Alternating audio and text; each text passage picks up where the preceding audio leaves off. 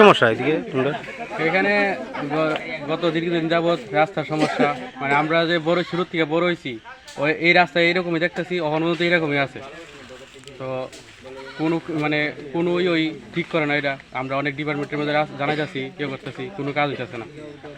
সবাই কয় ঠিক করাম এমএলএ দেখা গেছে, তারপর অনেক মানে মানে কিরা কইতাম বড় বড় লোকরা দেখা গেছে, কোনো কাম হয়েছে না।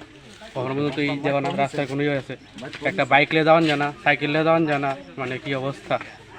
লোড টোড কোনো একটা কিরা কইতাম কোনো যদি লোডের গাড়ি আয়ে তাহলে তো আসছে একদম আটকে এসে রাস্তা অবস্থা খুব খারাপ হয়ে থাকে। এরকমই চলতেছে আর কি আর করাম। কয় পরিবার আছে এই পাড়াতে? এখানে তো আছে 60-65 পরিবার মতন আছে। আচ্ছা, এই পাড়াটার নাম কিটা? এটা যুগল কুশিনগর আইপাড়া। তো এখন তোমরা কি চাও, সরকারের কাছে কি দাবি থাকবে?